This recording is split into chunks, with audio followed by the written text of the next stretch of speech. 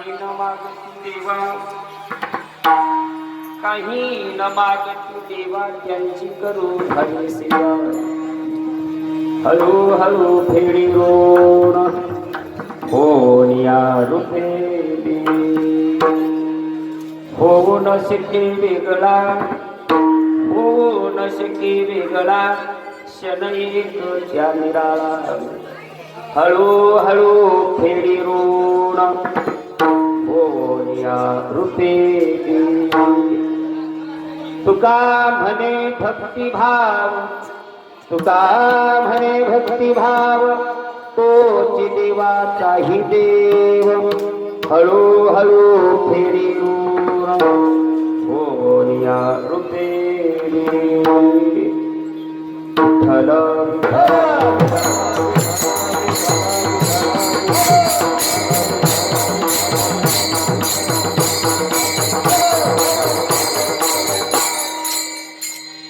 महायोग पिबेत ते भीमरत्नम, वरम पुंडरीकाय दातो मंद्रे. समागत तिष्ठं प्रमाणं गकन्नं, परब्रह्मलिंगं भजे पांडुरंगं.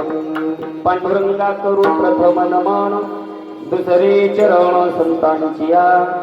त्यांच्या कृपादारे कथेचा विस्तारू, बाबाजी सद्गुरु दास तुका. दयांचे केली स्मरण, होय सकळ विद्येचे अधिकरण. तेची वंदू श्री चरण श्री गुरूंचे ते नमस्कार. आता अभिनव वाग विनाशिनी जे चतुर्यार्थ कला कामिनी, ते श्री शारदा विश्वमोहिनी नमिलिनिय. मज हृदय सद्गुरु, जेने तारिलो हा संसार पुरो. म्हणून विशेषाध्यादरो विवेकावरी. आता हृदय हे आपुले, चौफाळोनिया भले. वरी पैसौ पाऊले, श्री गुरूंची विठ्ठल.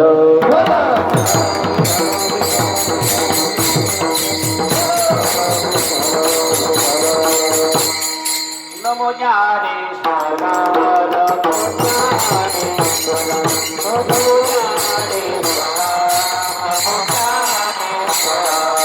नमो ज्ञानेश्वरा.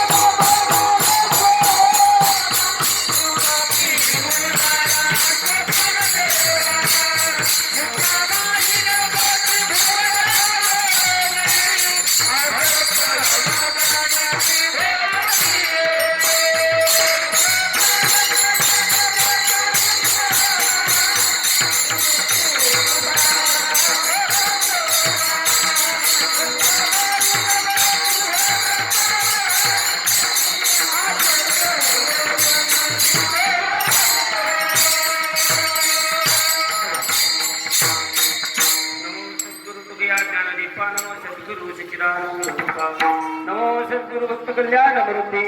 नमो सद्गुरु वात्सरा पूर्ण कीर्ती. आता नमृंग भूमिका कीर्तनी उभे होती लोका. टाळ मृदुंग स्मृती रेखा प्रयामाने नमो दंडवत विठ्ठल.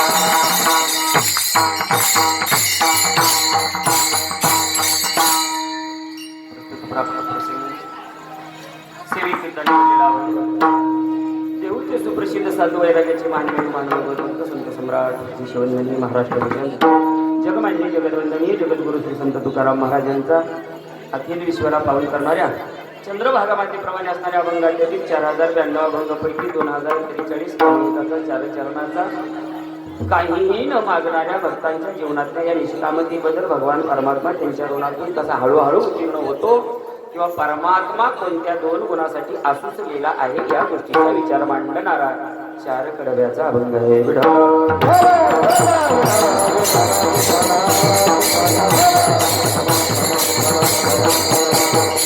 निवडलेल्या अभंगाची अर्थपूजा मांडत असताना अल्पशा परिहार जनागत्याचा तो असा आजची ही कीर्तनाची सेवा आहे.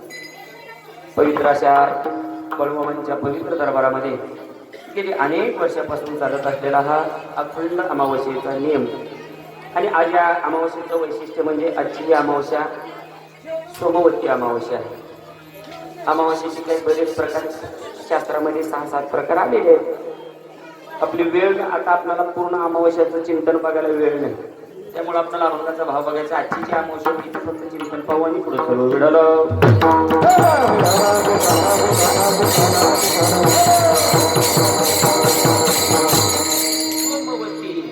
भौमवती शनी अमावस्या, हरियाली अमावस्या, प्रहर अमावस्या, परत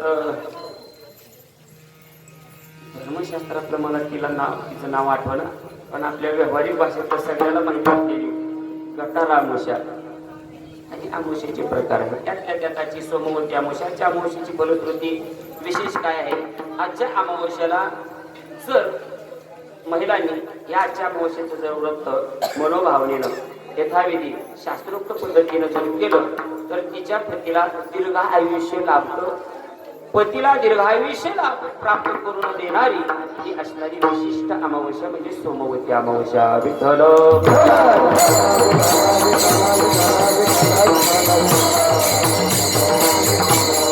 दुसरं वैशिष्ट्य ज्याला अधिक मास म्हटलं जातं, मलमास म्हटलं जातं, पुरुषोत्तम मास म्हटलं जातं आणि तुमच्या आमच्या व्यावहारिक परिभाषेमध्ये ज्याला धोंड्याचा महिना म्हटलं जातं, त्या धोंड्याच्या महिन्याची सांगता म्हणजे अधिक महिन्यातली ही अमावस्या आहे. त्या निमित्तानं भाविकांची गर्दी तुम्ही पाहिलेलीच आहे आणि आजच्या या अमावस्येचे यजमान, पंक्तीचे यजमान आपल्याच नगरीतील हरिभाऊ महाराज खटके यांनी पंक्तीच्या महाप्रसादाचं तर नियोजन केलंच, पण त्याचबरोबर अधिक महिन्यामध्ये दान करावं लागतं. शुभ कार्य करायला परवानगी नाही पण दान करायला नाम घ्यायला परवानगी आहे. या महिन्यात फक्त 2च गोष्टी, दान आणि नाम. तुम्ही घर बांधू शकत नाही, साखरपुडा चलत नाही, लग्न चलत नाही, बाकी काही शुभ कार्य चलत नाही, फक्त दान आणि नाम. मग हे महत्व ओळखून सर्व वारकऱ्यांना वस्त्रदान त्यांनी केलेलं आहे. तरी जोरदार टाळ्या वाजवून त्यांचं अभिनंदन करा. कारण भगवान परमात्म्याच्या प्राप्तीकरता दान महत्वाचं आहे. शास्त्र सांगतं, धर्मशास्त्र असं सांगतं की न्यायोपार्जित वित्तशे दशम अंशेन धीमही. तुम्ही न्यायाने मिळवलेल्या संपत्तीतला 10वा हिस्सा धर्मकार्यात तो तुम्ही काय केला पाहिजे? खर्च केलाच पाहिजे. बाकीची 90% रक्कम सुरक्षित राहावी वाटत असेल तर 100 कमवत असाल 10 रुपये खर्च करा, 1000 कमवत असाल 100 खर्चा, लाख कमवत असाल 10,000 खर्चाला काय अडचण. पण हे लाखाला लाख राहून त्या लाखाला दुसरी नोट कशी येईल हे बघणारी आम्ही आहोत. कोणी ह्या महिन्यामध्ये चालत नाही. आता महिन्याचंही महत्व जास्त अंगत बसत नाही, वेळ झाले.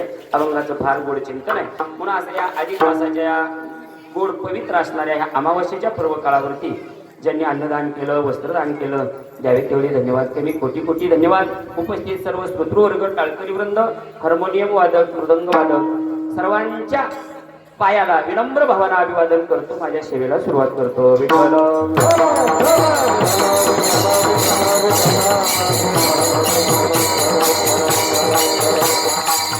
संपूर्ण अभंगाचं चिंतन होईल न होईल, पण अभंगाचा सुरुवातीला भाव सांगून जातो.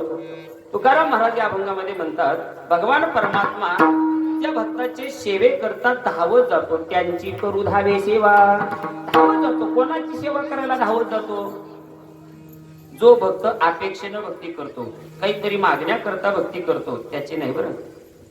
काही न मागती देवा, जे सेवा करून काहीच मागत नाही, त्यांची करू धावी सेवा. खरं सांगू का, मला काय विपर्यास करायचा नाही, दोष काढायचा नाही. आपल्याला एवढी गर्दी करावी लागते ना संतांच्या दरबारात, भगवंताच्या दरबारात, अंतःकरणातली अपेक्षाच गेली नाही. एक सांगू का, ठाईचं बैसोनी करा एक चित्त कोणाला लागू होतं? ज्याच्या अंतःकरणातला मागण्याचा भाव गेला. हे ओनिया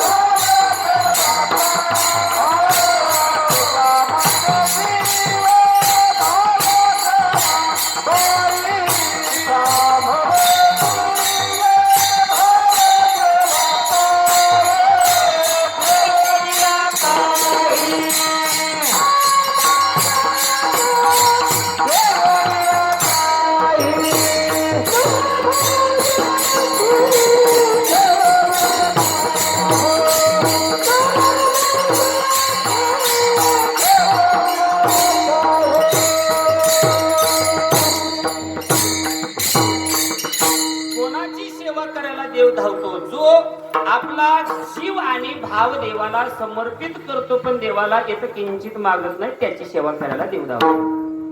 ज्यांच्या पवित्र दरबारामध्ये आपण या ठिकाणी उपस्थित आहोत, सेवे करतात, त्या बाळूमामांचं चरित्र पहा. मामांनी आपल्या जीवनामध्ये काय मागितलं? कुठल्या संतांनी मागितलं नाही, मग मागण्याचे अभंग कसे काय दिसतात?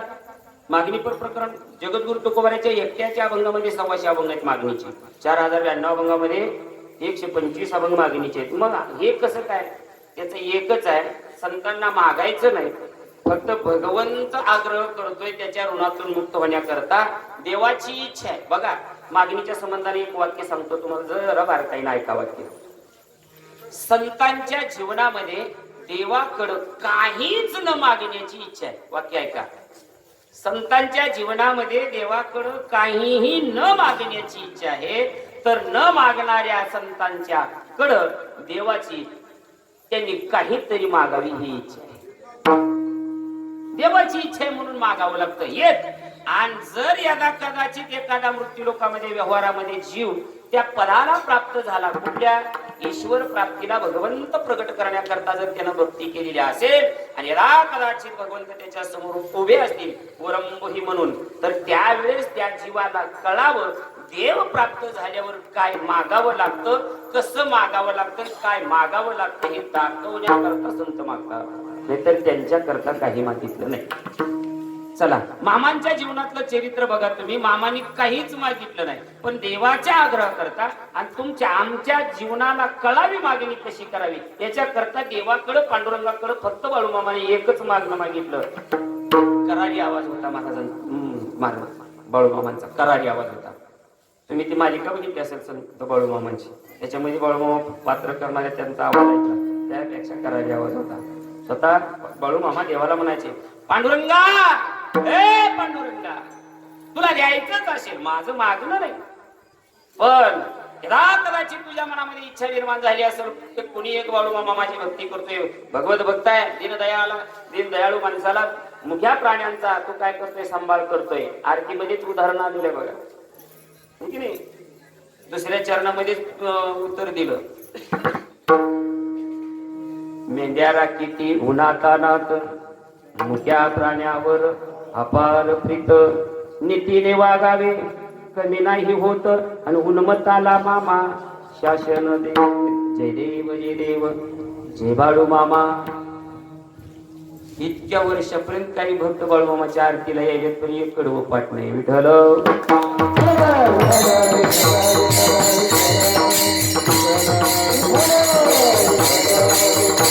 मामाने मागावं देवाकडे, पांडुरंगा तुला द्यायचंय ना रे बाबा, हे पांडुरंगा द्यायचंय ना, एकच मागतो मला तेवढं दे. काय पाहिजे तू देतोच ते नाही. संतांनी मागितलं देवाच्या इच्छेसारखं मागितलं. तुकोबारांची सुद्धा भाषा काय, नेहमी तुम्हाला अभंग पाठ आहे मागणीचा तुकोबारांचा. हेची दान दे गा देवा. हेची म्हणजे काय, मला हवंय ते तू देशील ते नाही. हेची तसंच मामा म्हणतात, हेची दान दे गा देवा. माझी मागणी एकच आहे देवा, काय, ही माझी मुकी मेंढर आणि त्याला जतन करणारी ही माझी भोळी बाबडी लेकर, यांना फक्त सुखात ठेव, बाकी काही नको, मला काही नको. म्हणून किती पालखी तळ आहेत बाळू मामाचे.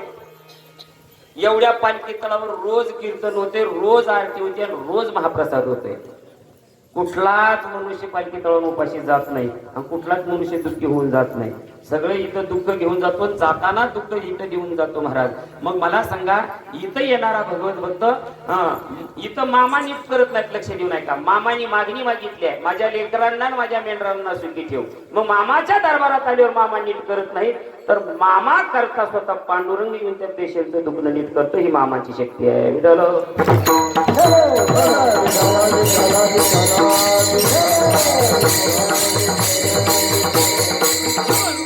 न मागणाऱ्या भक्तांची सेवा करण्याकरता भगवान परमात्मा धावतो.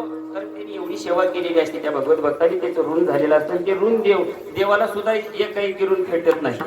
आपण सुद्धा बघा, व्यवहारामध्ये एखाद्या सावकाराचं ऋण झालेलं असेल तर ते एकदम फिटत नाही. मग तो सावकार तागाला लावला की मग मनुष्य म्हणतो, कर्ज घेणारा सावकार जरा माझी तारंबळ चालू आहे, मी तुमचा हळूहळू डोक्यावरचं खांद्यावर लंगडं करीन, हळूहळू फेडेन.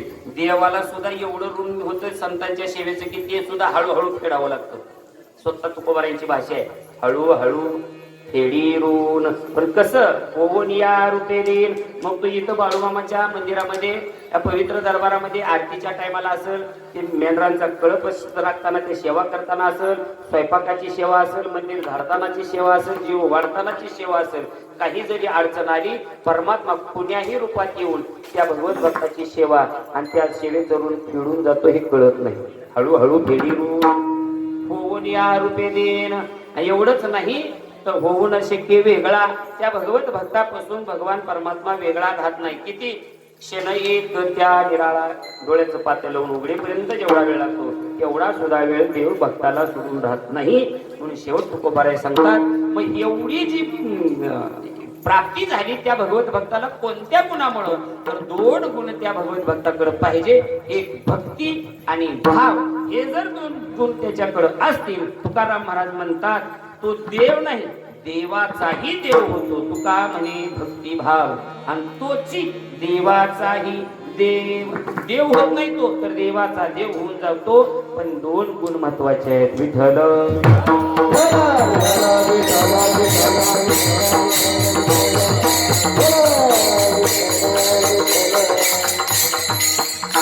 मृत्यू लोकामध्ये जन्माला आलेल्या मनुष्य प्राण्याने धन मिळवता नाही आलं तरी चालेल, मान मिळवता नाही आला तरी चालेल, पण एक गोष्ट जरूर मिळवायची.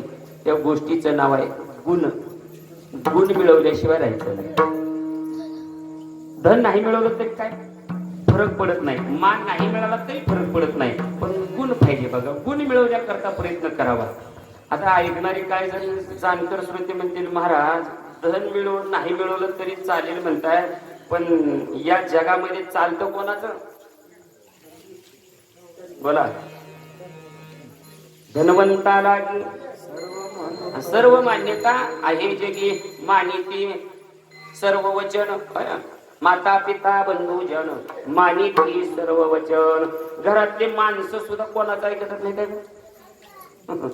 ज्याच्याकडे पैसा आहे, कुटुंबातला करता माणूस जोपर्यंत पैसा कमवतोय तोपर्यंत त्या कुटुंबातल्या माणसाला त्या करत्या पैसा कमवणाऱ्या माणसाची किंमत असते. आणि एकदा कमवणारा जर पडला ना धरणीला, जन्म दिलेली माय सुद्धा विसरत असते त्याला.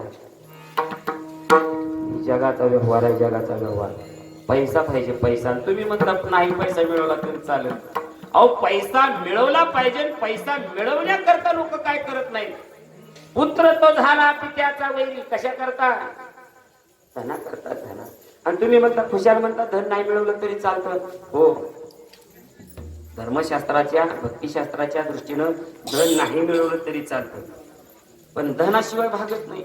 मग भागत नाही ना, जर मिळवायचंय तुमचा प्रपंच चालवण्याकरता तुकोबारायांनी जी भाषा सांगितली किंवा तो व्यवहार सांगितला धन मिळवण्याचा, त्या व्यवहारानं धन मिळवा. कोणता व्यवहार? जोडून या धन. उत्तम व्यवहार आहे तो. धन कमवण्याचा व्यवहार उत्तम असावा, 2 नंबरचा नसावा. नीतीनं धन कमवावं, अनितीनं कमवलेलं कधी मातीत घालीन. तुका म्हणे धन आणि धनासाठी देती प्राण, किंवा करोनी जतन आणि कोणा कामा आले धन. धन का मिळवायचं नाही, का मिळवायचं? उदरनिर्वाह करता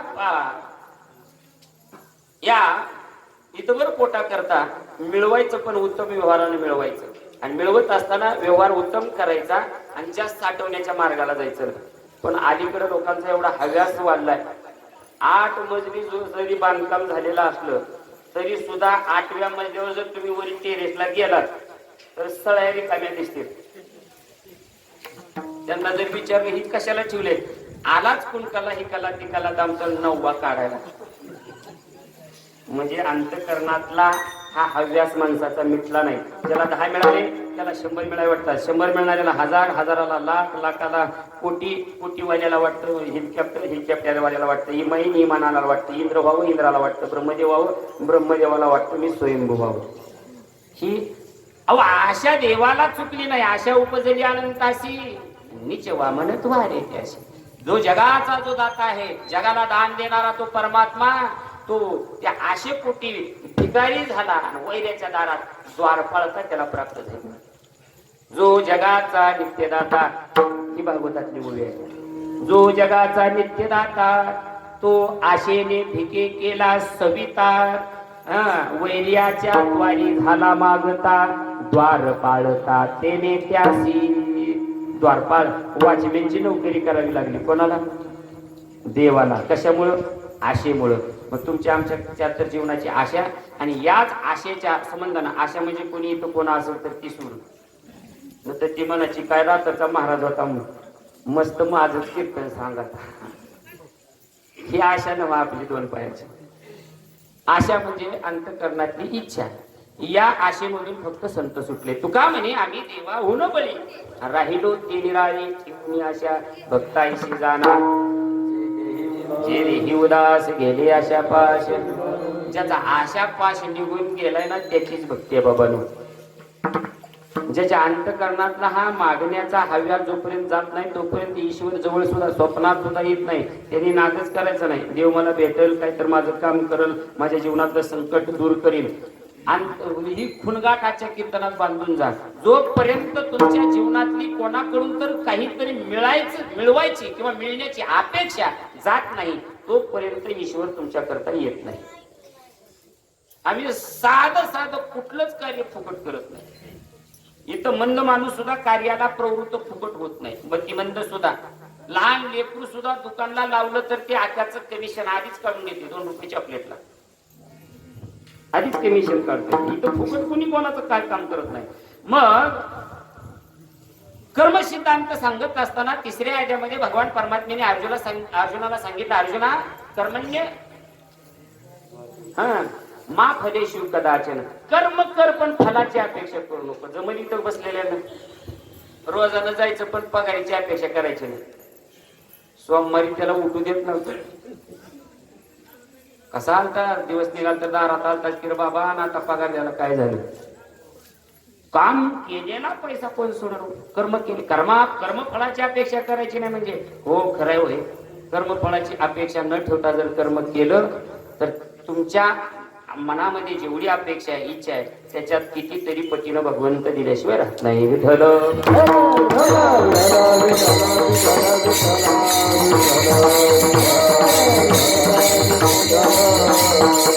धन मिळवण्याची अपेक्षा करू नका. करोनी जतन कोणा कामा आले धन. याच्याकरता एक छोटासा दृष्टांत मांडतो. जतन धन जमा केलं, कोणाच्या कामाला आलं धन? धन हे पोटाचं हितभर पोट भरण्याकरता, याच्याकरता लागणाऱ्या ज्या मूलभूत गरजा आहेत, अन्न वस्त्र आणि निवारा, या गरजा भागवण्यापुरता धन कामाला येईल. उद्धारा करता आणि जन्म मरण रूपी भवरूपी सागरातून तरुण जाण्याकरता पैसा कोणाला कामाला आला? बोला.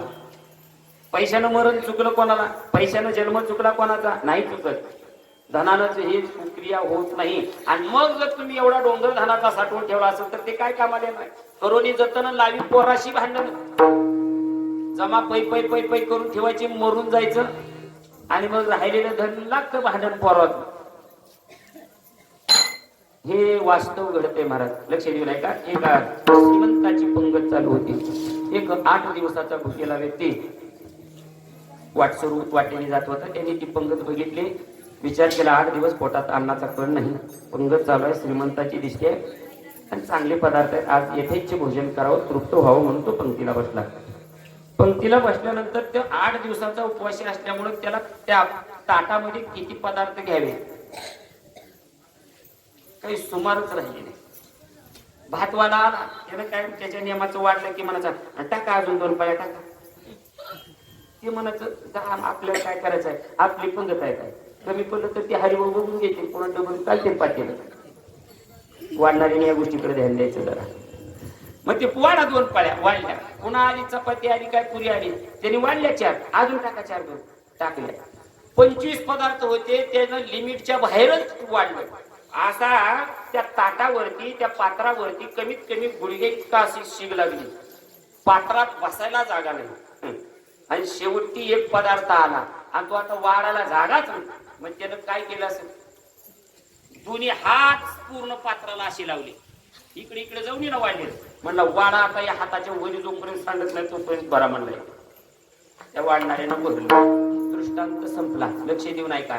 पात्र भरले, पात्रात बसत नाही म्हणून दोन्ही हात पात्राला लावलेत आणि पात्र भरून अन्न घेतले. आता एवढं घेतलेलं अन्न याच्या काय कामाचं आहे का? ज्या हातानं खायचं ते हातच गुंतले, आता जेवण कसं करणार? करोनी जतन कोणा कामा आले धन.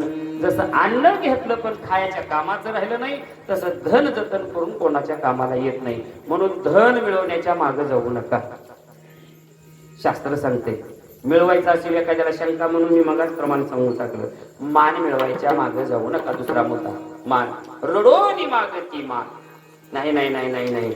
व्यवहारातली एक म्हण सांगतो, व्यवहारातली काही जण इतके मानाचे हापापलेले, 2 हाना पण मला बाजीराव म्हणा. प्रत्येक गोष्टीला मान. बैल पोळ्याला तोरण तोडायचं कोणी, त्याला मान.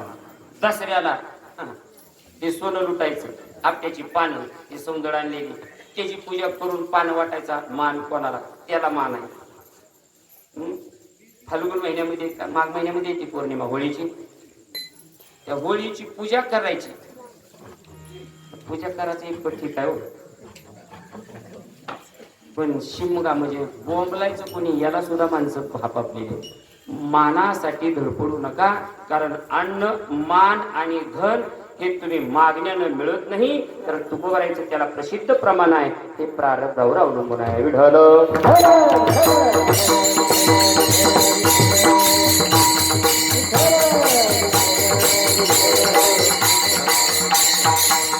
अन्नमान धन हे तव प्रारब्धा आधी 3 गोष्टी लक्षात ठेवायच्या. आजच्या कीर्तनातून घेऊन जायचं काहीतरी. अन्न मान आणि धन तुम्ही अपेक्षा करायची नाही, पळायचं नाही, मिळवायच्या भानगडीत जायचं नाही. अन्न मिळवायला जायचं नाही, धन मिळवायला जायचं नाही, मान मिळवायला जायचं नाही. तुमच्या प्रारब्धात असेल तर तुम्ही जिथं बसलाय तिथं मान येईल, जिथं बसलाय तिथं धन चालून येईल, आणि जिथं बसलाय तिथं अन्न येईल.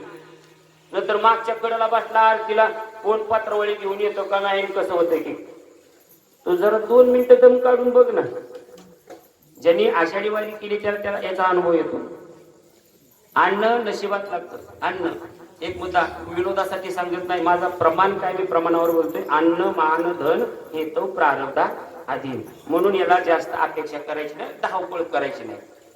अन्न लक्ष देऊ नाही का, एक जोड आषाढी वारीला गेलो पती पत्नी, पण ते असं होतं, ड्रायव्हर बायको कंडक्टर आणि नवरा ड्रायव्हर, म्हणजे एसटीत कामाला नव्हते, एवढं बायकोच ऐकत होते.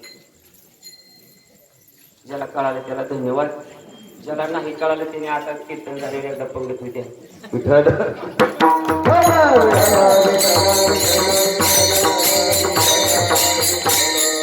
म्हणलं की थांबणार, चला म्हणलं की मग एसटीत कंडक्टर ड्रायव्हरचं काय काम असते, गाडी थांबवायची झाली की कंडक्टर काय करतोय, टांग सिंगल वेल.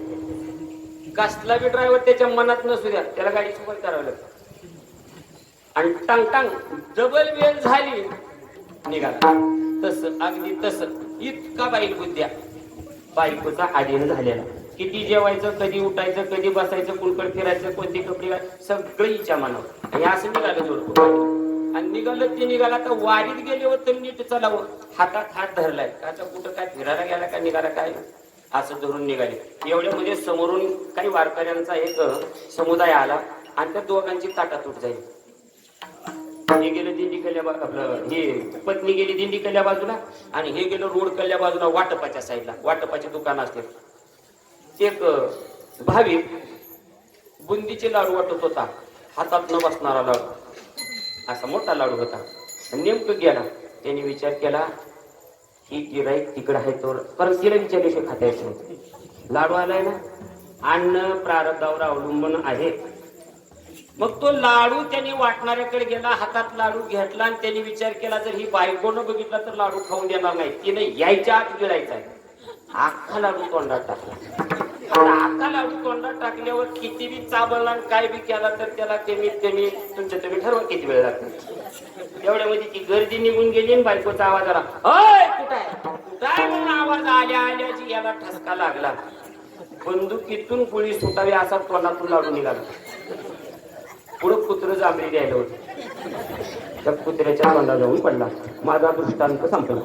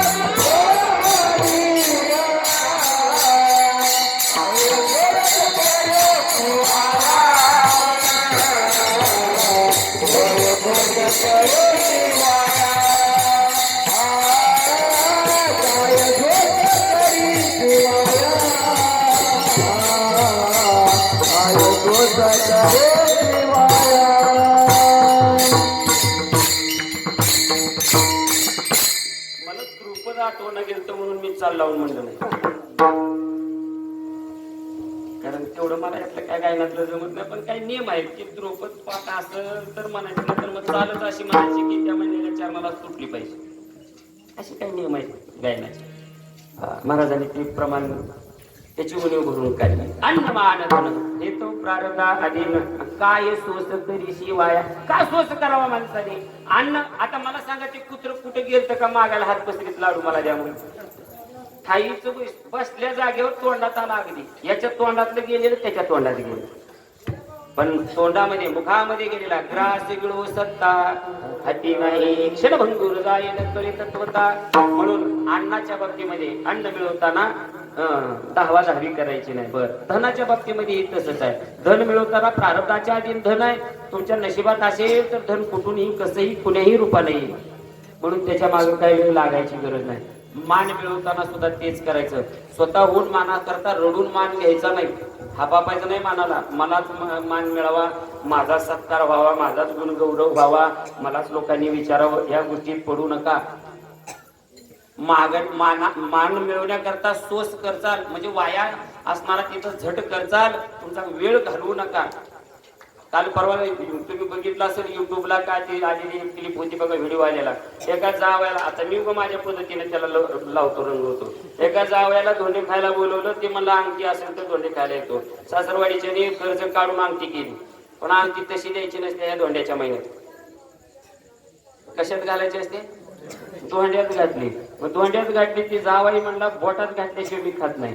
ती सासू सासरी म्हणायची जावाई बापू हे नियम आहे, धोंड्यात घातलेले असते 4-5 धोंडे, त्याच्यातला तुमच्या तुम्ही शोधून तो खायचा आणि त्याच्यातली निघालेली अंगठी तुम्हालाच आहे.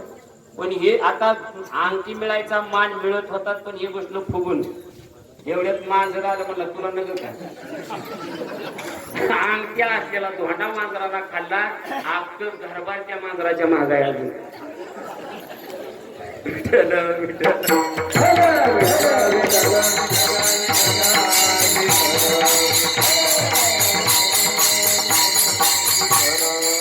मानाच्या मागे जाऊ नका.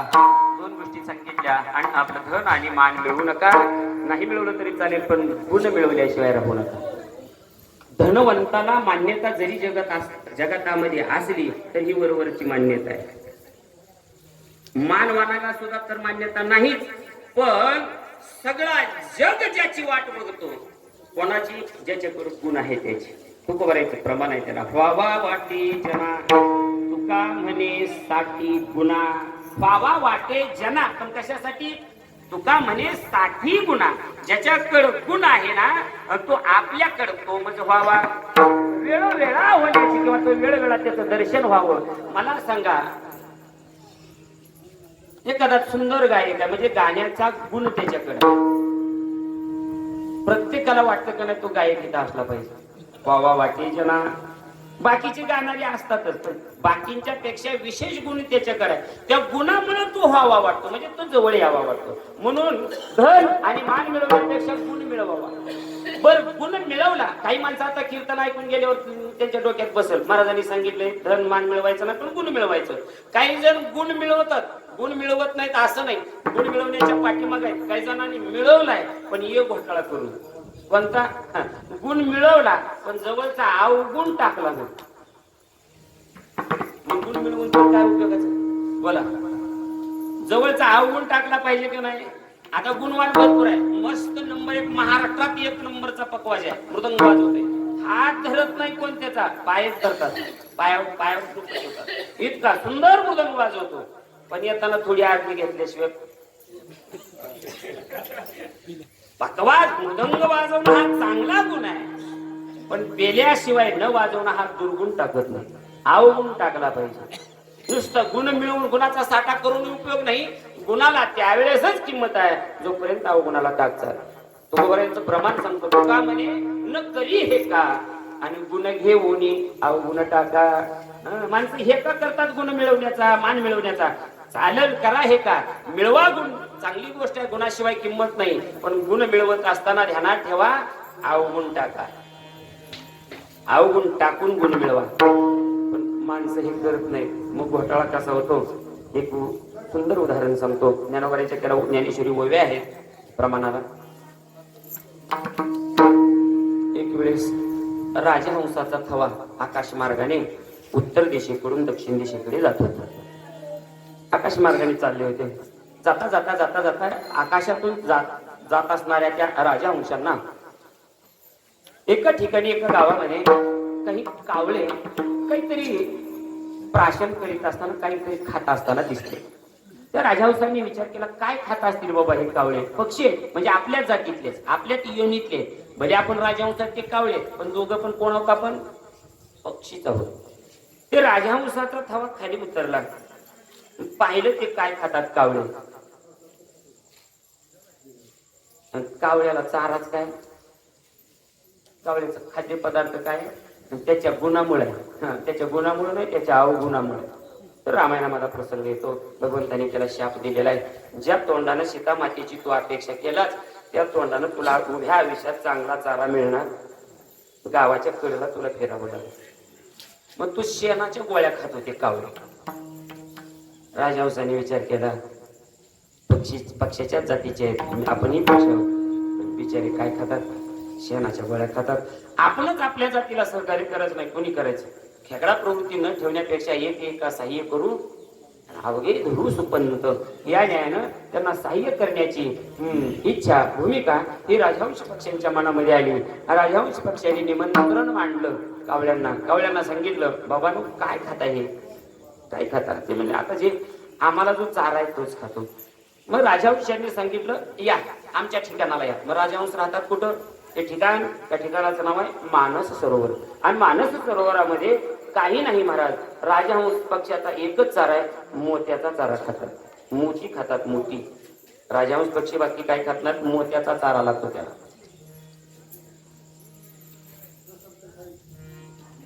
काय ते प्रमाण आहे बघा, काका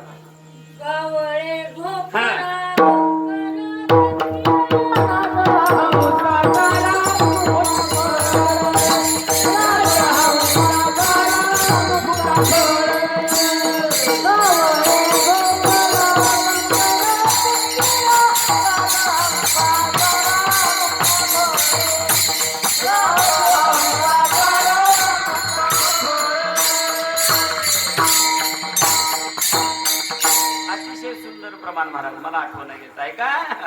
कावळी ढोपरा, कंकर तितिरा आणि मोत्याचा राजहंसाचा रामुक्ता पळा. म्हणजे या कोणाला कोणता चारा या प्रमाणात दिलेला आहे. मग ते राजहंसाला वाईट वाटलं, त्यांनी निमंत्रण ठेवलं त्यांच्या पुढं, आमच्या मानस सरोवरामध्ये या, तुम्हाला मोत्याचा चारा खायला मिळेल. मी काय सांगतोय, माणसं गुण मिळवतात, तो नाव गुण टाकत नाही. आता राजहंसाचं काय चुकलं? ते शेण खातात, शेणाच्या गोळ्या खातात, यांनाही मोत्याचा चारा मिळावा ही चांगली भूमिका त्यांनी मांडली आणि मोत्याचा चारा खाण्याकरता निमंत्रण दिलं. मग ते म्हणजे ठीक आहे, आम्ही किती वाजेपर्यंत यायचं उद्या? म्हणजे उद्या 9 सव्वा 9 वाजेपर्यंत या. कुठं? मानस सरोवर. ठीक आहे म्हणे. राजहंसाचा थवा निघून गेला आणि पाठीमागे कावळ्याची मिटिंग बसली. जायचंय पण मिटिंग घ्यावी लागेल ना, चर्चा व्हावी लागेल. कावळ्याची मिटिंग बसली, त्याच्यात काय 4-2 शहाणे कावळे होते, काय वृद्ध कावळे होते.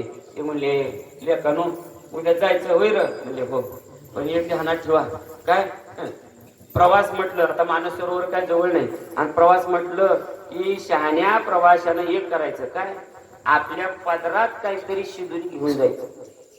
तिथं मिळतंय नाही मिळतंय. आता ह्यांच्याजवळ शिदुरी कुठली होती ना, काय खात होते ते?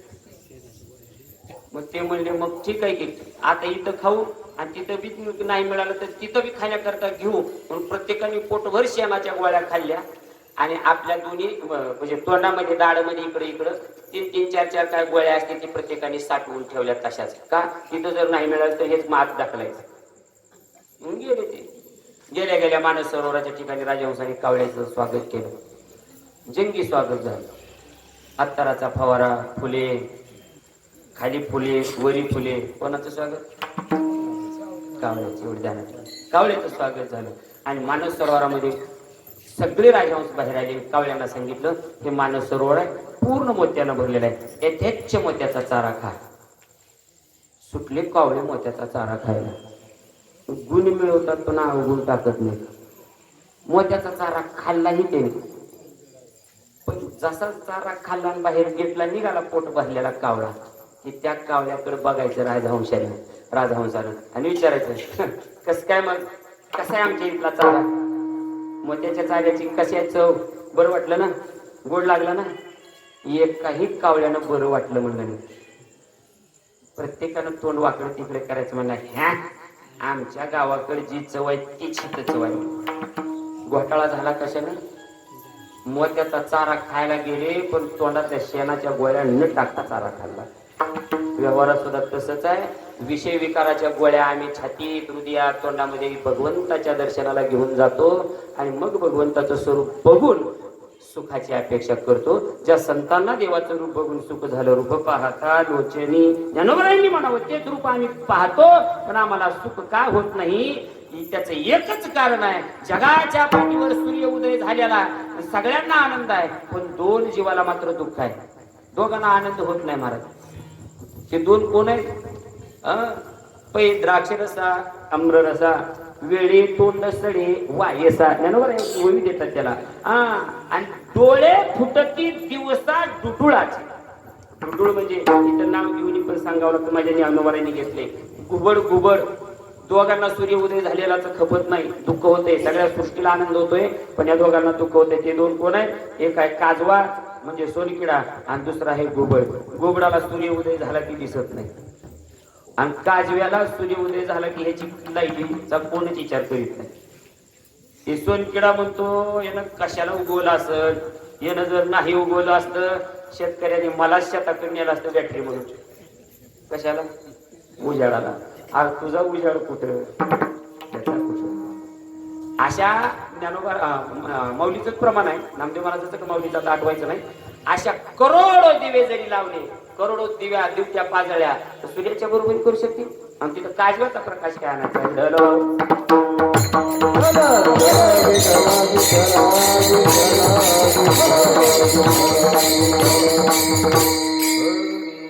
दीप दीपिका शशी तारा दीप दीपिका शशी तारा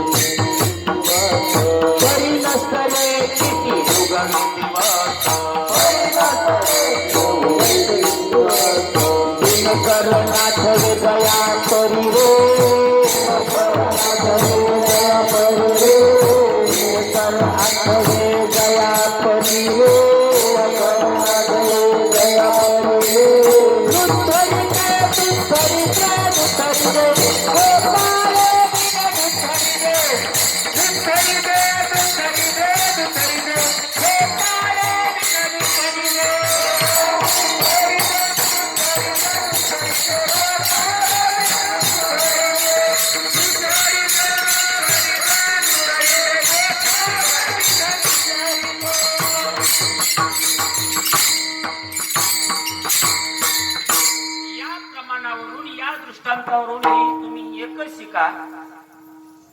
सूर्य उदय झालेला जगाला आनंद होतो पण या दोघांना आनंद होत नाही. मग जगाने सूर्याचा गुण घेतला पण या दोघांनी गुण घेतला नाही. गुण त्यांच्यापर्यंत पोच झाला पण यांनी यांच्यातला अंतकरणातला म्हणून सूर्याचा गुण कळाला नाही.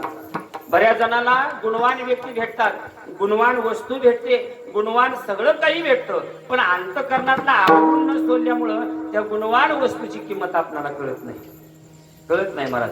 गुणवान संत भेटले, एखादा गुणवान मनुष्य आपल्या जीवनात येऊन भेटून जातो पण आपण तो भेटायला आल्यानंतर आपल्या अंतकरणातला फुगीरपणाचा, मानपानाचा, मोठेपणाचा अवगुण सोडलेला नसतो. त्याला काय विचारायचं आहे? बघा माझ्या पुढे माझ्यापेक्षा मोठा गेला काय? कुणीच कोणाला कमी लेखायचं नाही, कुणीच कोणापेक्षा लहान नाही. समोरचा कसाही असला तर समोरच्याला कधी कमी लेखायचं नाही. विठ्ठल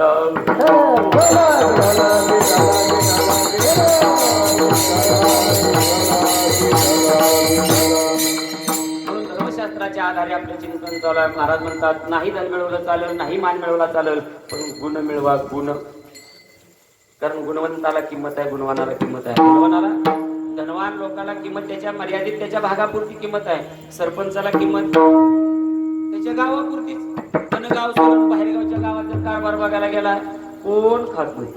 पण विद्वान असेल म्हणजे गुणानं जो युक्त असेल विद्वान सर्वत्र पूज्यते की नाही. स्वदेशी पूज्यते राजा, विद्वान सर्वत्र पूज्यते. आपल्या स्वतःच्या राज्यात तुम्ही राजा पूज्य असतो, पण गुणवान व्यक्ती सगळ्या जगामध्ये पूज्य असते. महाराज, जगामध्ये गुणवान व्यक्ती पूज्य असते, यात नवल नाही. एक उदाहरण सांगतो बघा.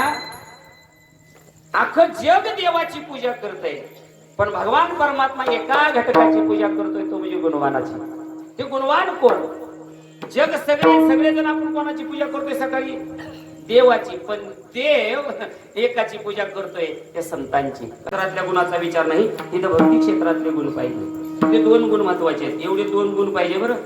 आपण जरी परमार्थ करीत असलो, आपल्याला देव भेटत नाही, आम्हाला देव अजून स्वप्नात आला नाही, त्याचं एकच कारण हे 2 गुण नाहीत आमच्याकडे. या 2 गुणाचा साठा पाहिजे. 2 गुण मिळवले पाहिजे. कोणते? एक पहिला गुण आहे, त्याचं नाव आहे भक्ती, आणि दुसरं नाव आहे भाव. भक्ती म्हणजे काय, भाव म्हणजे काय, या दोन्ही जरा वेगवेगळे जरी शब्द दिसत असले, अर्थसंबंधाने एवढा काय फार बदल, त्याच्यामध्ये अर्थ भिन्नता नाही. दोन्हीचा समन्वय परिहार एकच अर्थ काढायचा झाला तर या दोन्हीचा एक काय म्हणतात त्याला, सामुदायिक अर्थ जर म्हटलं तर या दोन्हीचा सामुदायिक अर्थ असा निघतो, समर्पणाची भावना. देवाकरता समर्पणाची भावना. देवाकरता समर्पण असावं. बघा, शिष्याचं गुरु करता समर्पण असावं, पत्नीचं पती करता समर्पण असावं, आणि भक्ताचं देवा करता समर्पण असावं. याच्यावर चिंतन मांडत असताना कोणी पिंपळीला कीर्तन ऐकलंय, 3ऱ्या दिवसाचं कीर्तन. वरप गावकरचे महाराज, हा, त्यांनी त्याच्या दृष्टांत सांगितलं होता. बघा, तुमच्या ध्यानात राहिला काय का, त्यांनी समर्पणाचा दृष्टांत सांगितला होता. पत्नीनं पतीशी समर्पित पाहिजे, पत्नीचं जीवन पतीला समर्पित पाहिजे. गोड दृष्टांत सांगितलं होता, ऐका मी सांगतो. समर्पणामध्ये काय ताकद आहे? भक्ती म्हणजे समर्पण आहे, आणि भाव म्हणजे सुद्धा समर्पण आहे. हे जे काय आहे ते देवाचंच आहे. हा देह कोणाचा आहे? देवाचाच आहे. आणि मी कोणाचा आहे? देवाचाच आहे. देव माझा आणि हीच माझी सत्य वाचा. कवा वाचा सत्य करायचे या भंग म्हणून व्याजा. देव माझा आणि मी देव. देव माझा वाटला पाहिजे, जसा देव माझा तसा आपण कोणाचं म्हटलं पाहिजे? खरं सांगा, मी कोणाचा? मी पवाराचा.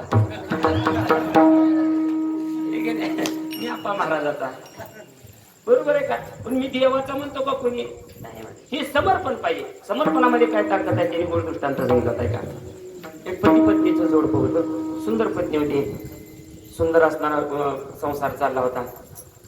बराच काळ गेल्यानंतर त्या पती राजाचं एका परस्त्रीवरती मन गेलं,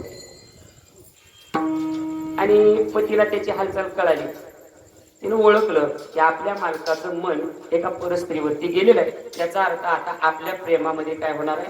विभागणी. विभागणी म्हणण्यापेक्षा त्यांच्यापासून मिळणाऱ्या प्रेमाला मी आता मुकणार आहे. आणि कोणत्या स्त्रीला हे आवडत नाही. पतीनं एकनिष्ठ राहावं माझ्याशी, ही तिची भावना असते. का राहू नये?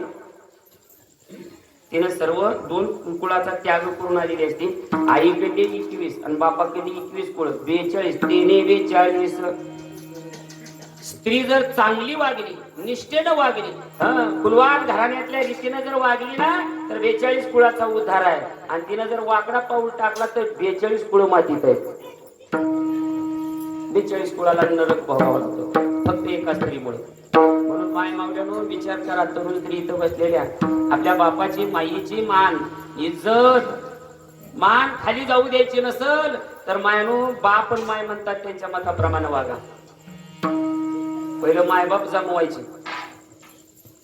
आता ह्यांना ते इंदुरीकरांच्या भाषेत ह्यांनाच कोण येते, पप्पा आमचं झालंय शुभमंगल, आशीर्वाद मी वाटलं द्यायला या, नंतर ते टमाट्याचं उरलेलं औषधी घ्या.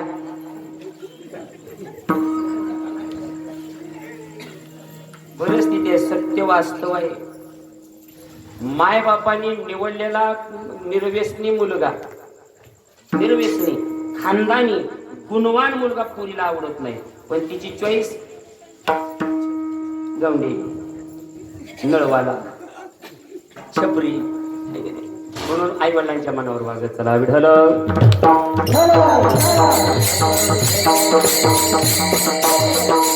तिने विचार केला, एक त्या गावामध्ये एक साधू होते. विचार केला या साधूकडे आपलं म्हणणं मांडावं, साधू काहीतरी उपाय काढतील, कारण संत जीवाला दुःखातून मुक्त करणारे आहेत. त्याने गेले साधूंच्या दर्शन घेतलं आणि साधूला आपल्या घराला सांगितलं, महाराज एक माझी अडचण आहे. काय? संतांच्या दरबारातून रिकाम्या हातानं कोणी गेला नाही, कसली अडचण असू द्या, म्हणून तर बाळूमामाला मिळते. कसलाही रोग घेऊन या, कसलंही दुखणं घेऊन या. इथं ताटमानानं आला का रोग तर जातच नाही, पण वाटणी जाताना ठेसा खायचा. जायचं इथं येताना नम्र यायचं, जाताना बी नम्र बाळूमामा की जय म्हणून ते जायचं. नाहीतर गुन्हा आला म्हणून जर तू 100 गाडी ताणलाच टांगा पलटी. नम्रता पाहिजे. तिला नम्रतेनं श्री संतांची माथा चरणावली साष्टांग दंडवत करायला सांगितलं ना. आपली घरची आधी सांगितली म्हणजे महाराज माझ्या पतीचं मन एका परस्त्रीवरती गेले, काय करू मी सांगा. त्यावेळेस साधूंनी सांगितलं, बाई तुला जर तुझा पती तुला परत त्याच प्रेम स्वरूपाने मिळावा वाटत असेल तर पतीबद्दलचं समर्पणाची भावना अंतःकरणातली कमी होऊ देऊ नको आणि पतीला वाकडं चलू नको. मग काय करू. त्यानं किल्ल्याला परदेशातली होती ती म्हणे, आता परराज्यातली मोबाईलवर दृष्टी झालेली हो द्या. मग तिनं त्या साधूंनी सांगितलं, तू पतीला घरी गेल्यावर एवढं सांगायचं, पतीची या मता अनुसरून चाली पतिव्रता याला म्हणायचं. साधू हे शिकवतात. तू त्यांना सांगायचं, मालक तुमचा जीव तिच्यावरती जडलाय, ती परदेशात राहते, तुमचा जीव तिच्यासाठी तिळतिळ तुटतोय, तुमची बेजारी होण्यापेक्षा तिला घरी घेऊन या, मी तुमची दोघांची सेवा करतो. त्याला आनंद वाटला. पत्नी कसं का मांडणार, पण कशी मांडली काय नाही याचं मागचं कारण बघितलं नाही. त्यानं ती परदेशातली परस्त्री आणली घरात ठेवली. दोघांची इमान इतबारी माऊलीनं सेवा केली, पतीला समर्पण केलं जीवन. साधूला सांगितलं होतं तुझी सेवा पतीला समर्पण कर. आणि एक दिवस याला झाला मोठा रोग आणि बाहेर देशातून जी आणली होती का तिनं नाकाला पदर लावला आणि डबड घेतली ना आली म्हणली, अजून आली नाही.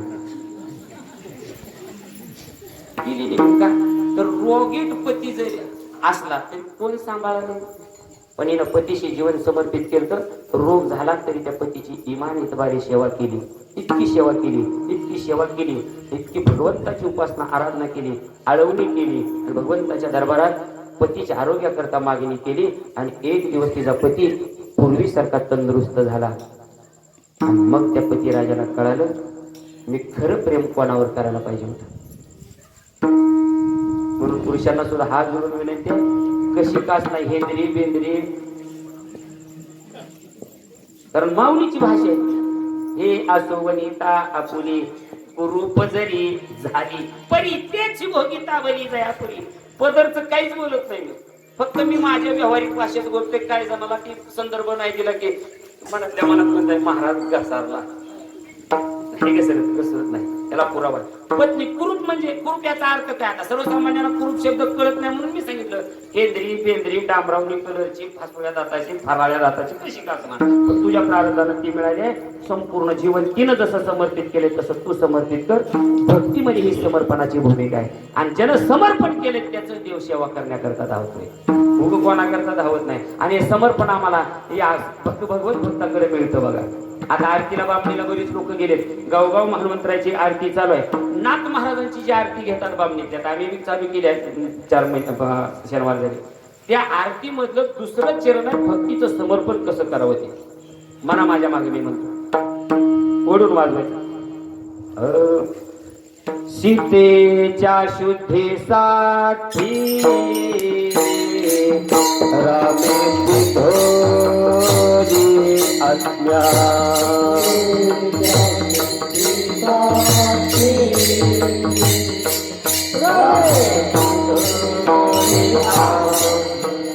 ओलंगोनी समुद्र तीर गेले लंकेच्या भुवना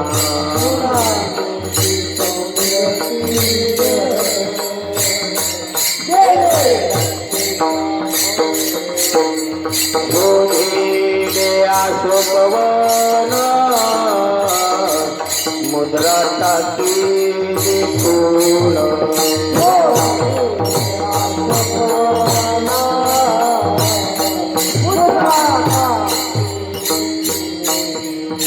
सीतेची दंडवत दोन्ही कर गोरूर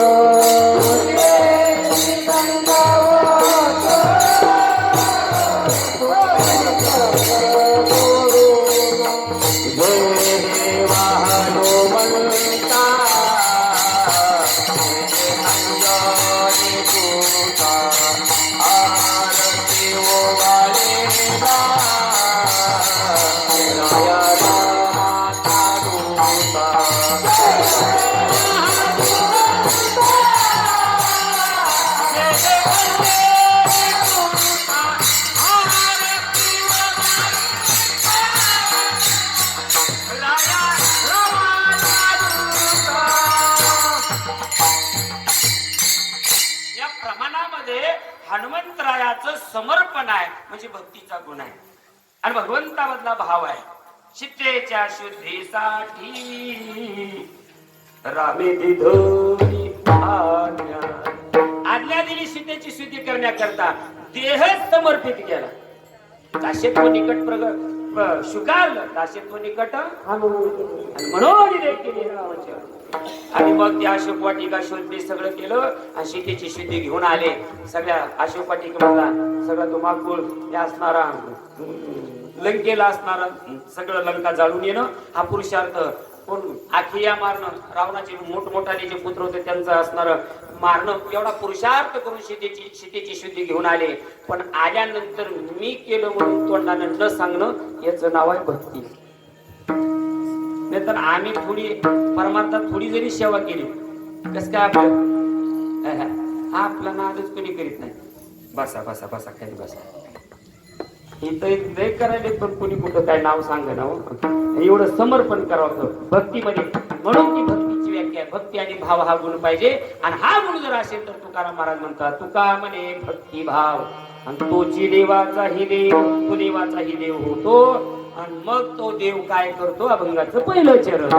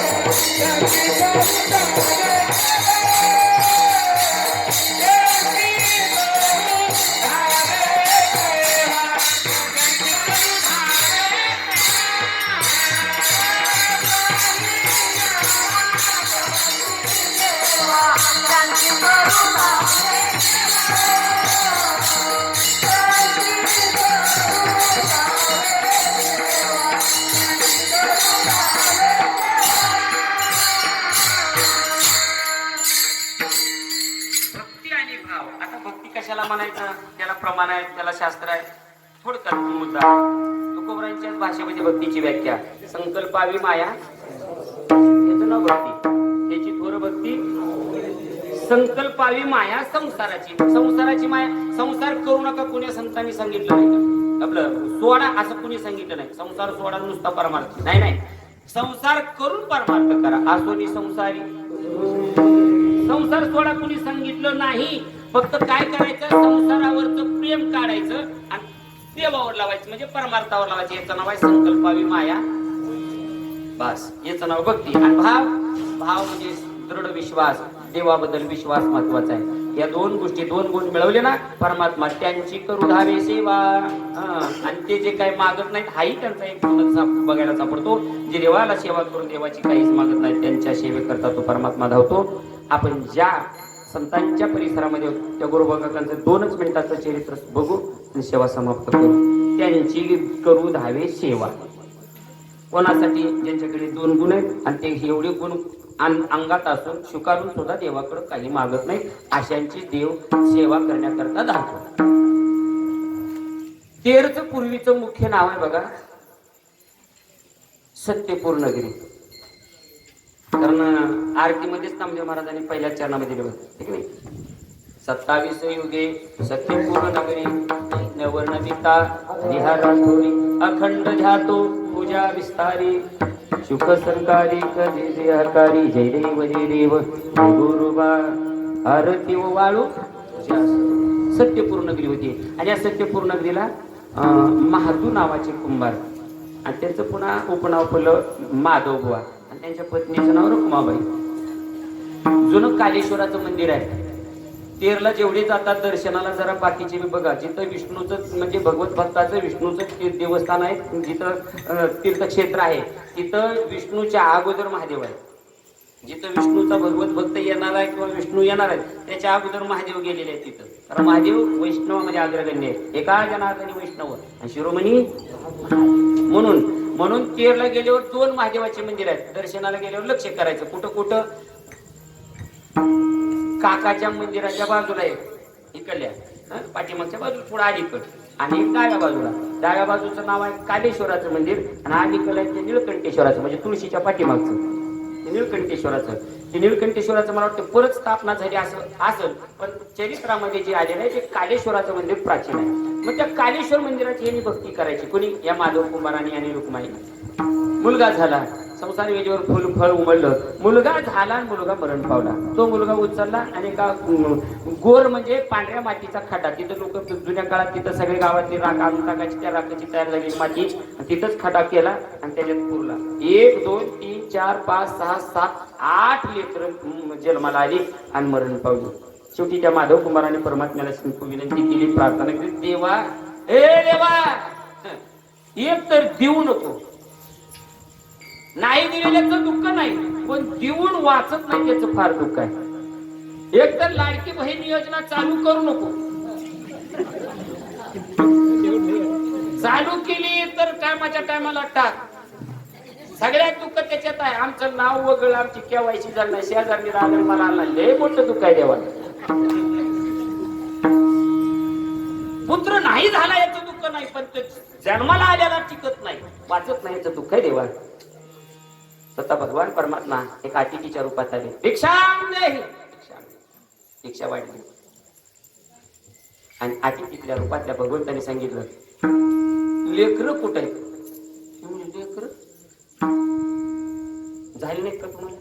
झाले बाबा, पण जन्माला आले, थोडं मोठं झाले की मरायचं आम्ही पूर्ण नेऊ. काय बोलताय? एकही लेकरू मेलेलं नाही तुमचं. महाराज तुमची चेष्टा करायला काय मेले लेकरू. कोण म्हणताय? अहो पुरली आणि आमच्या हातात. कुठं पुरली दाखवा जा. जिथं ते आलं खड्डे केलेले, हा पहिला, हा दुसरा, तिसरा, चौथा खड्डे केलेले दाखवतात. उकरा त्याला. खडा उकरला की मुलगा जिवंत निघायचा. साक्षात भगवान परमात्मा अतिथीच्या रूपात आला. करील ते काय किंवा काय करिता नव्हे तुझ. देवाला काय करता येत नाही. अशुभाचे शुभ करिता तुझं काही अवघड नाही पांडुरंगा. देवाला काय करता येत नाही, काही सगळं करता येतं. चाले हे शरीर कोणाची असते, कोण बोलून ते सगळं त्याच्यासाठी नाही, त्याला काय करता येत नाही. आणि मग मुलगा उठला, जिवंत झाल्या लगेच स्वर्गाला. असे 7 स्वर्गाला लावले. 7 खड्ड्यातून बाहेर काढायचे, जिवंतच मुलगा लगेच स्वर्गाला. त्या दोन्ही पती पत्नीने पाय धरले. पहिलं दुःख होते म्हणजे झालं मरायचं, आता मेलेलं उठलंय. पण आमच्या पदरात नाहीच की ते नीट स्वर्गाला चालले, काय म्हणले त्याचं होऊन तर उपयोग आहे, एवढं तर राहू द्या आमच्या कुळाला.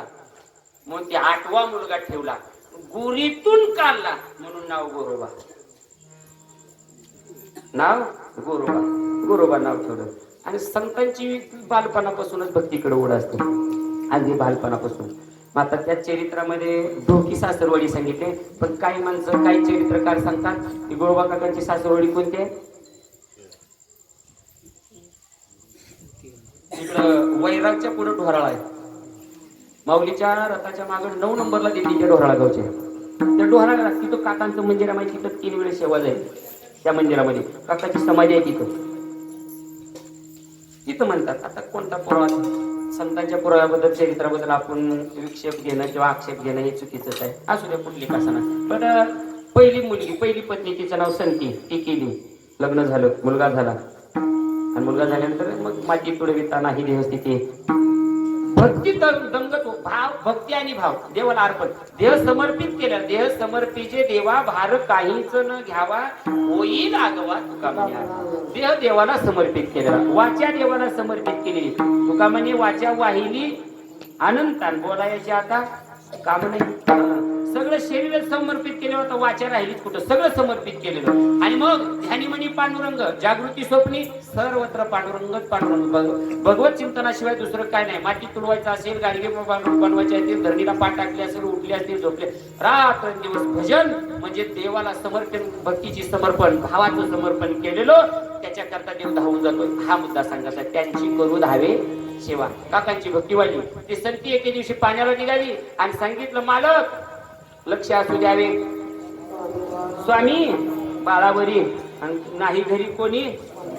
आणि जी पाण्याला गेली, दोघांना जगात गणगोत जास्त आहे बघा.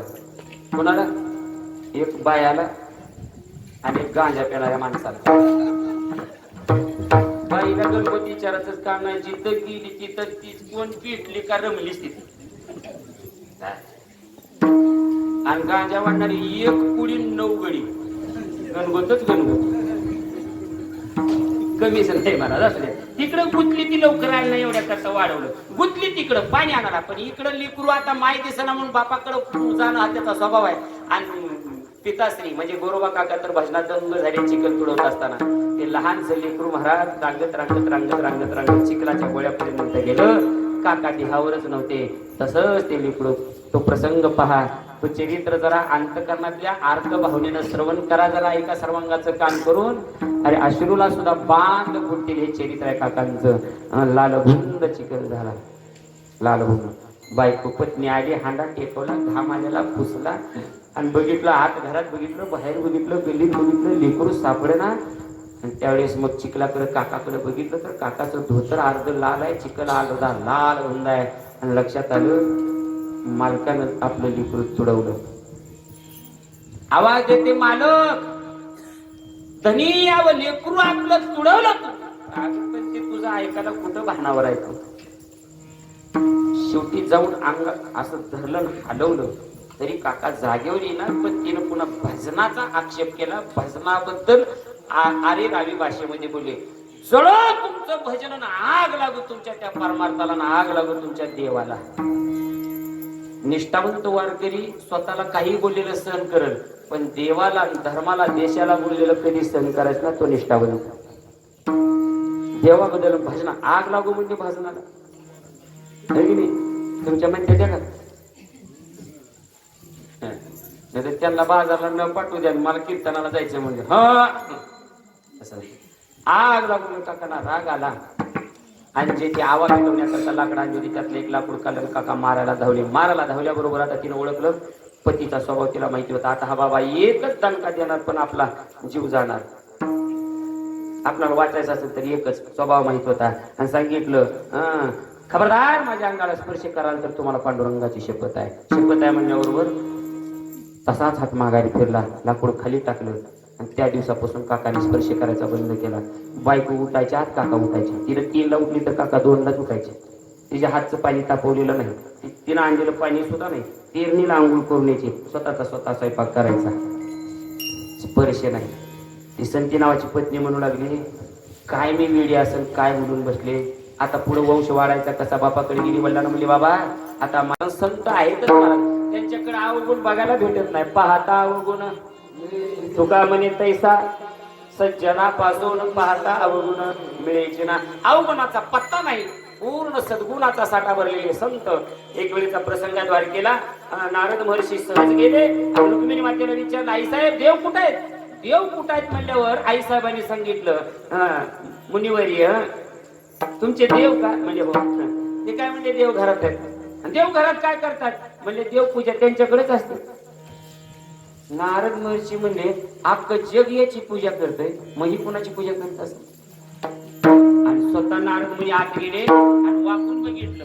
वाकून बघितल्या पहिलीच मूर्ती नारदाची. नारद, भीष्म, बली, व्यास असे मोठमोठाले जे संत आहेत, सद्गुणी संत आहेत, भगवान परमात्मा स्वतः त्यांना चोळून अंघोळ घालताय, स्नान घालताय, गंध उगाळून लावताय आणि हातामध्ये धूप दीप आरती घेऊन नैवेद्य दाखवून प्रक्षालन करतात, खाद्यपूजा करतात आणि स्वतः भगवान परमात्मा त्या मूर्तीच्या, संत रूपी मूर्तीला साष्टांग दंडवत घालतात. घाली दंडवत पूजोनिया. स्वतः भगवान परमात्मा दंडवत घालतो आणि ज्यांची पूजा करतो. कशा करता, त्यांच्याकडे गुण आहेत म्हणून. कळालं महाराज, गुण मिळवावा लागते. पण कोणता गुण मिळवायचा, कोणता गुण मिळवायचा, लोकांचं बोर कसं बंद पाडायचं असला नाही, वाईट गुण नाही मिळवायचा, चांगला गुण कसा मिळेल. मग चांगल्या गुणामध्ये काय गुण आहेत, तर धर्मशास्त्रामध्ये, धर्मशास्त्राचा विचार करायचा नाही तर भक्तिशास्त्रामध्ये त्या 2 गुणाचा उल्लेख आलेला आहे.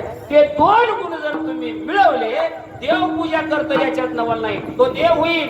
नरदेह निदान, लागले हाती, उत्तम सार, उत्तम गती, देवच होईल म्हणती. ती होती तरी का चित्तीनं, देव होतील याच्यात नवल नाही. देवाचाही तो देव होतो, अभंगाचं शेवटचं तुका मन भक्ती भाव, भक्ती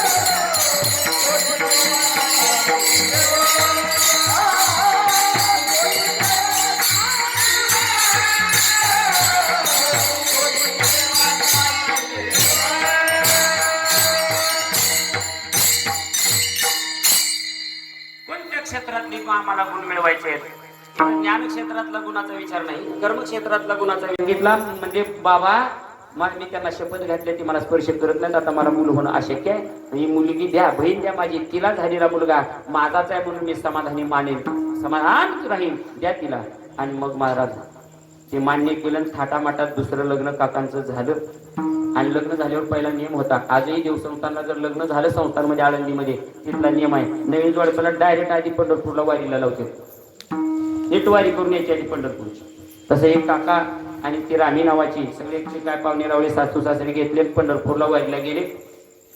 काका दर्शन करून असं बाजूला निघाले, माग रामी नावाची दुसरी पत्नी आली की मागून गाभाऱ्यातून सासऱ्या नावा दिला, जावाई बापू, ओ जावाई बापू, लक्ष असू द्या, देवाच्या दरबारा हातात, पहिलीला जसं सांभाळताय तसं दुसरीला सांभाळा, दोघीच्या सांभाळण्यामध्ये भेद करचाल तर तुम्हाला पांडुरंगाची शपथ आहे. काका म्हणजे बिगर औषधाचं दुखणं गेले, तिला जसं तिलाही स्पर्श नाही, दोघी वैतागल्या. म्हणजे काय पती असून तर उपयोग आहे. काका ओस्त्रीला बाहेर पडीला झोपायची, एके दिवशी दोघींनी हिने एक हात घेऊन झोपले. काकांना वैराग्य मूर्तिमंत काका महाराज, वैराग्य जागृत वैराग्य होतं, ज्ञानोबाई जीव आठवायची ना. आता दश इंद्रियांच्या अंगणामध्ये वैराग्य रूप असणार ते स्वरूप काकांचं जागृत झालं. वैराग्य कधी झोपत नाही, कधी झोपत नाही. वैराग्य पत्न्यांचा स्पर्श झाल्या काका जागे झाले, खारकन जागे झाले. आणि बघितलं तर दोन हात दोन पत्न्याच्या अंगावरती आहे. काका म्हणजे अरे दुष्टानो, माझ्या पांडुरंगाची किती समर्पण आहे बघा देवाबद्दल, माझ्या पांडुरंगाची शपथ म्हणला तुम्हाला राहण्याचा अधिकार नाही. आणि ती वैरण कात्राची येळी, त्या वेळीवर दोन्ही मनगट आपतो मनगटापासून हात तोडून. लक्ष देऊ नाही का, आता घर प्रपंचाचा धंदा बंद पडला पण देवाचा परमार्थ नाही बंद पडला. गोरा छोटा हात वरती करी, छोट्या हातानं काकाने भजन करावं. हात नाही पण भजन बंद नाही, टाळी वाजवायची. छोटा हात असून भजन म्हणताना टाळी बंद नाही. देवानं चांगले हात दिले तरी काही जण टाळी वाजवताना कंजूसपणा करते. आता कोरोना ह्याच्या वाकांडी आला, भजनात जर नाही टाळी वाजवली, जरा खाली येऊन बोलतो, तळतळून बोलतो. भजनात कीर्तनात नाही टाळी वाजवली, पुढच्या जन्मात 10 रुपयासाठी टाळी वाजवावी लागेल. विठ्ठल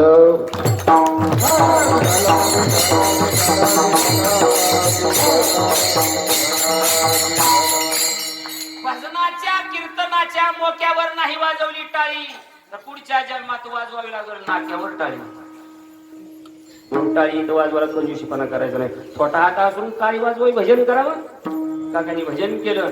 आणि पण लक्ष द्या, विठेवरच्या बापाला चिंता पडली. अरे काकांचे दोन्ही हात तुटले, करता माणूस काय झालाय, अपंग झालाय.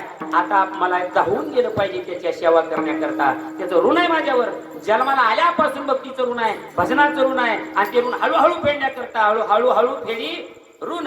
आणि रुपये घेऊन होऊन या रुपये दिन रूप काय घेतलं देवानं, स्वतः कुंभार झाले, कुंभाराचा वेश धारण केला. ते बाराबंदी धोतर काय असेल पागोटा हातामध्ये जे काय होतं ते घेतलं निघाले. आईसाहेबांनी विचारलं देवा कुठं, तुला नाही कळायचं. अहो मला नाही कळायचं पण सांगून तर जावं की कुठं. काकांच्या मदतीला चालू म्हणजे मला येऊ द्या, तिथं यायचं असेल मग मला येऊ द्या. म्हणजे देव म्हणले चला म्हणल्या जशी ब्युटी पार्लर मधून आताची लक्ष्मी बाहेर यावी तशा लक्ष्मी आईसाहेब नटून थटूनच निघाले. देव म्हणले लक्ष्मी लग्नाला जायचं नाही कोणाच्या, एका भक्ताच्या सहकार्याला जायचं आहे, असल्या रूपात जायचं नाही. मग माझ्यासारखं तुला रूप धारण करावं लागेल, फाटकं पातळ नेसावं लागेल, हातभर कोपऱ्यापर्यंत बांगड्या भराव्या लागतील, कपाळभर कुंकू लावावं लागेल, मग माझ्या बरोबर यावं लागेल. ही फक्त तुम्ही ऐका. काल परवा दिवशी मी आंघोळ करायच्या बाथरूम मध्ये कोपऱ्यात पडलो म्हणजे ते हाणं नाही, हे वाईट वाटलं. देवा शपथ बाळू मामाच्या दरबारात ही गोष्ट खोटी नाही. पटलं बघा.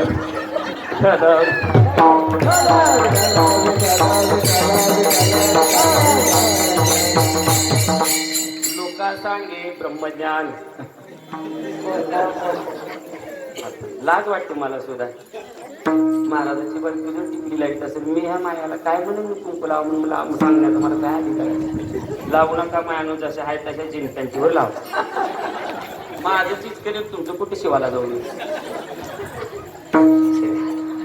कपाळावर कुंकू लावावं लागेल. जगाची मालकी जर कपाळवर कुंकू लावित असेल, तुम्ही हेंद्र्या कुठल्या आणि काय तुमचं सौंदर्य? अय लक्ष्म्यानो ऐका, तुमचं सौंदर्य सांगू का? तुम्ही अलंकार घातले, 1.5 किलो पावडर पण फासले की मग सुंदर दिसताय. पण माझ्या लक्ष्मीचं सौंदर्य अलंकारामुळं वस्त्रामुळं लक्ष्मीला सौंदर्य नव्हतं आई साहेबांना, तर आई साहेबामुळं वस्त्राला अलंकाराला शोभा होती. एवढं सौंदर्य होतं मला.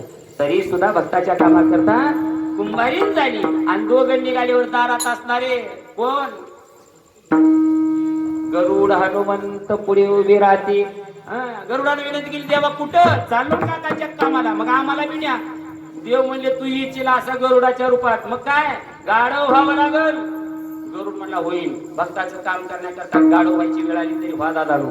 नवे नवे प्रसंगी भक्ताच्या नाहीतला किडा जरी झालं, तुकोबारांची मागणीच आहे बघा, शेवीन उचिष्ट डोळे रांगणी वैष्णवांचे नाणी होईन किडा. आईशी जन्म मज दे आता देवा, अशी जन्म दे देवा, वैष्णवाच्या नाहीतला किडा कर. संतांच्या घरचं गाढव व्हावं, पण श्रीमंतांच्या पुढाऱ्याचं प्रिय होऊ नये. नाही होऊ नये बघा, सुख आहे त्याच्यावर. आणि गरुड हनुमंत गाढव झाले निघाले बघा. जे हरी घातला काकाच्या दारात येऊन, जय हरी. काका खोटे हात तसेच भजन चालू कर, जय हरी जय हरी. कुठून आलात रे बाबा? मी नेहमी सांगत असतो, भगवंतानं भक्ताचं काम करण्याकरता नाव गाव कधी बदललं नाही. मी पंढरपूरून आलो, नाव विठू कुंभार. इकडे कसा आलात?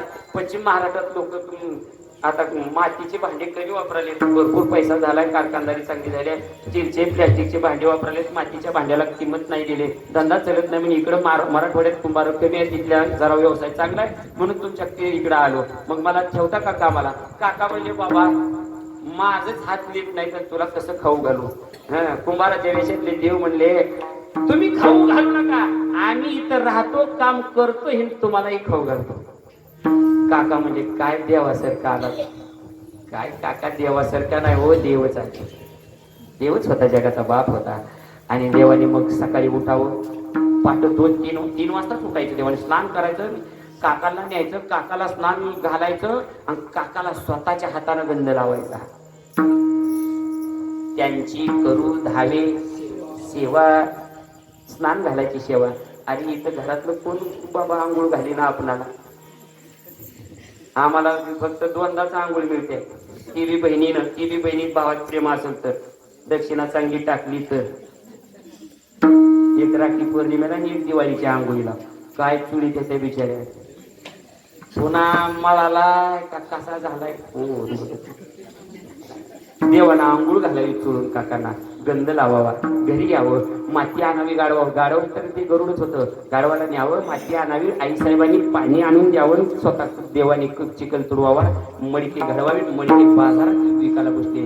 बाजारात बसल्यानंतर बायका यायला लागल्या मडके घ्यायला. प्रत्येक माऊली यायची वाजवून बघायची.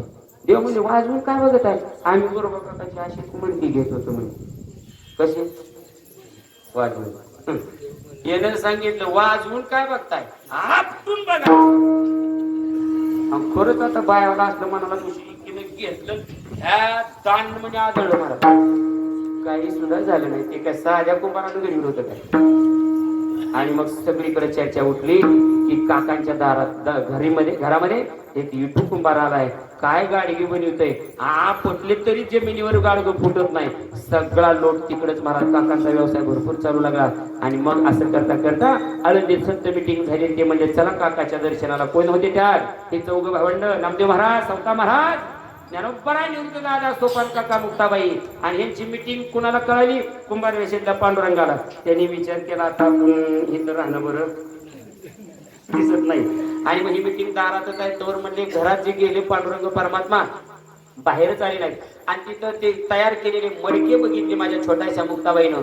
बघितले, काकाला कुतूहल आलं. आचार्यानं विचारलं, काका हे मडके कुणी घडवले? तो गोरबा काकांनी सांगितलं, मग ते एक विठू कुंभार म्हणून पंढरपूर भागातला आलाय, त्यानं घडवले. मुक्ताबाई म्हणली, काका मला ती कुंभार दाखवा. कुंभार हो थांब म्हणजे त्याला बोलवतो म्हणजे. विठू ये बाहेर. विठू बाहेर ये. विठू कुठला बाहेर येतो? विठू इटेवर जाऊन पाठवा. आणि मग शेवटी काका किती हाका मारतात विठू येत नाही. त्यावेळेस छोटीशी मुक्ताबाई ते मडकं घेतलं, संपला कीर्तन संपलं, दृष्टांत संपला, त्यांची करू धावे शिवाबास. ते मडकं घेतलं, काकाला सांगितलं, काका सगळ्या मुद्रा, हातांच्या मुद्रा, काय असणाऱ्या भगवान परमात्म्याची जी काय आयुध आहे त्या आयुधांच्या सगळ्या मुद्रा या मडक्यावरती हे सामान्य कुंभारानं घडवलेली काका मडके नाही, तर साक्षात पांडुरंगानं मडके घडवले. मग काकांना कळालं, अरे अरे अरे अरे, जगाचा बाप माझ्या करता गाडगी घडवायला आला, हीन रूप घेऊन, कुंभाराचं रूप घेऊन माझ्या करता गाडगी घडवण्याची सेवा केली. काही न मागती देवा, त्यांची करू धावे सेवा. विठोबा